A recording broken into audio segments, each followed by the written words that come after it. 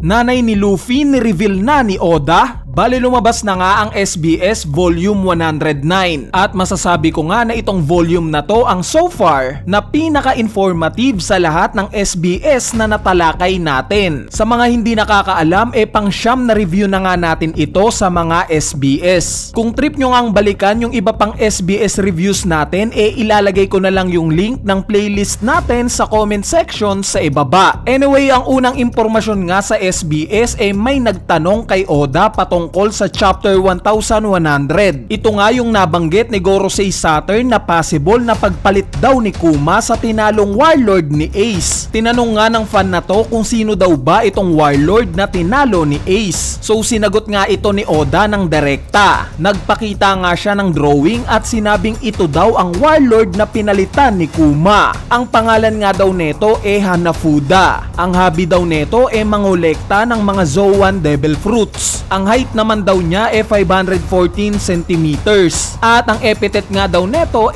King of Lizards. Kung mapapansin nyo may armas nga siyang sight na may flail spike sa dulo. Yung height nga niya halos kasing laki ni Charlotte Katakuri. Since si Katakuri nga 509 centimeters. Yung vibes naman ng karakter netong si Hanafuda bigla ko ngang naalala sa kanya si X-Drake. Similar kasi sila ng headdress at pananamit. Kaya naman hindi na nga rin ako magtataka kung isang Ancient Zoan user din itong si Hanafuda. I'm sure na ngayong nagpangalan si Oda ng former warlord, possible na makita natin itong si Hanafuda sa mga backstories or even sa mga side stories gaya ng mga One Piece novels. Anyway, ang sumunod ngang tinanong ng fan kay Oda yung patungkol sa espada ni Fujitora. Tinanong nga ng fan na to kung ano daw bang pangalan neto at kung ano daw ba yung rank ng espada na to. Bali ang pangalan nga daw ng espada ni Fujitora Yakuza Kasen. Isa nga daw itong sword stick or cane sword at isa nga daw ito sa 12 Supreme Grade Swords. Yes guys, sa ilan nga parang mababaw lang ang impormasyon na to. Pero kung iisipin nyo ngang mabuti big deal itong revelation na to ni Oda. Dahil currently nga may 4 pa lang na Supreme Grade Sword ang nare-reveal. At ito nga yung Yoru na espada ni Mihawk, itong Murakumogiri na sandata ni Whitebeard, itong Ace na espada ni Roger, at itong hindi pa kino-confirm na Shodai Kitetsu na hawak naman ni Gorosei Nasojuro. So kung mapapansin nyo yung 4 nga na karakter na nabanggit ko considered as pinakamalalakas. Kaya naman yung fact nga nakabilang na ngayon dito yung espada ni Fujitora big deal nga ito para sa akin. Nakakaamoy nga ako ng match-up sa pagitan nila ni Zoro sa hinaharap. Dahil ito nga yung mga kailangang labanan ni Zoro. Yung pure swordsman na may mataas na grade ng espada. Kailangan nga niya ito bilang preparation sa laban niya kay Mihawk sa future. Para matupad itong pangarap niya na maging pinakamalakas na swordsman sa mundo. So ang sumunod na impormasyon nga sa SBS patungkol na sa mga empress ng Amazon Lily. During chapter 1096 nga sa naging flashback ni Kuma patungkol sa God Valley incident ni-reveal nga sa atin ni Oda yung Rocks Pirates. Ni-reveal nga niya nung time na to na miyembro din pala itong si Gloriosa ng pirate crew na to. At alam nga natin na siya ang empress ng Amazon Lily 3 generations ago. During chapter 1059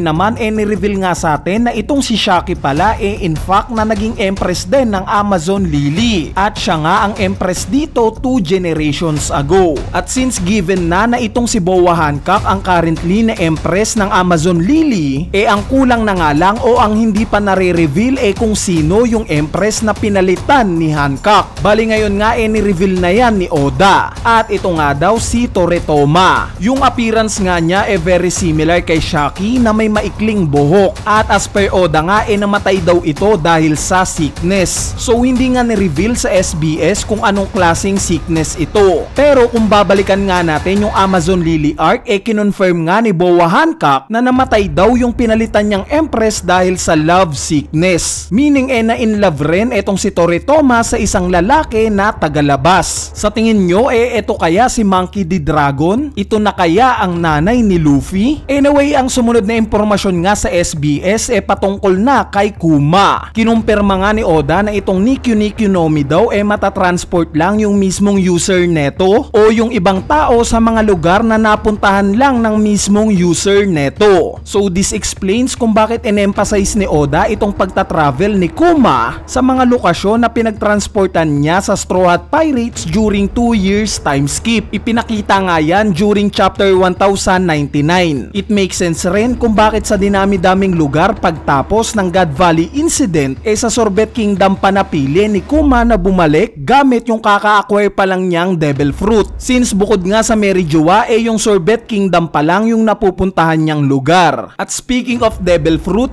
ang sumunod ngang kinumpirma ni Oda yung patungkol sa Age Fruit ni Bonnie. Technically nga daw hindi forever o hindi panghabang buhay yung epekto ng Devil Fruit ni Bonnie. Meaning kung mapabata o gawin kang matanda ni Bonnie later on nga babalik ka rin daw sa normal. So kung nakatutok ka nga sa bawat chapters alam mo na yung information na to. Since nabanggit na nga rin ito mismo ni Bonnie during chapter 1072. Related nga sa topic patungkol kay Bonnie kinumpirma rin ni Oda na itong dalawang bata na nambato kay Kuma during chapter 1096 in fact na sila Gyogyo at Tots. Sila nga yung later on na makakasama nila Kuma at Genie sa Sorbet Kingdom at sila rin yung dalawa sa miyembro ng Bonnie Pirates. Meaning itong mga miyembro ng pirate crew ni Bonnie malalapit na kaibigan ng tatay niyang si Kuma. Ang nakakalungkot nga lang dito dahil ang huli nga nating balita kila Gyogyo na-capture sila ni Fleet Admiral Akainu, which is ito nga yung time na matalo ni Blackbeard itong si Bonnie. Meaning hindi nakasamang makatakas ni Bonnie itong pirate crew niya at siya lang ang mag-isang nakatakas sa Marines. Anyway, ang sumunod na impormasyon nga sa SBS related pa rin sa backstory ni Kuma at patungkol nga ito sa mga Cyberpol agents. May isang fan nga na nagtanong kay Oda kung itong si Alpha daw ba na nakita nating nagbantay at sinuntok ni Bonnie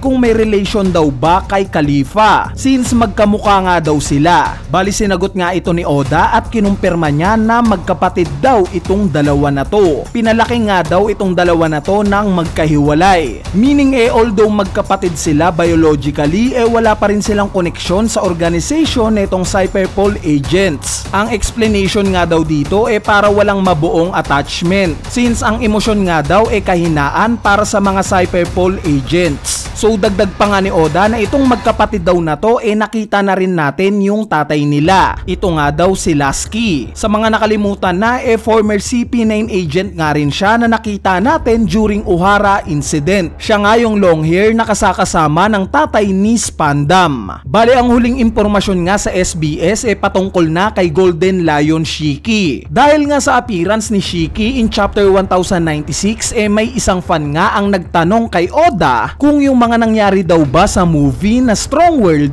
mako-consider na nating canon sa istorya. So ang sagot nga ni Oda dito hindi. Pwede mo nga daw isipin o i-force na i-incorporate yung istorya ng Strong World sa main storyline since hindi naman daw ito konektado sa mismong istorya. Pero itong Devil Fruit daw ni Shiki canon sa main storyline, although para kay Oda nga daw hindi niya gusto itong float fruit para sa karakter ni Shiki or sa istorya overall since kwento nga daw patungkol sa pirata itong One Piece at meron daw siyang sariling rule na ayaw niyang paliparin lang ng libre ang isang karakter. In short ayaw talaga ni Oda sa Devil Fruit na to. Anyway, overall nga gaya ng sinabi ko sa pag-uumpisa ng video na to itong latest volume nga ng SBS ang masasabi kong pinaka-paborito ko since para sa akin nga napakaraming useful na information ang ibinigay ngayon ni Oda compare sa mga nagdaang SBS. Bali para sa inyo ba, ano ang pinaka-trip nyong information na ni-reveal ngayon ni Oda sa volume na to? Kung may idea nga kayo o say comment nyo na yan sa ating comment section sa ibaba para mapag-usapan natin yan. So yun lang, peace!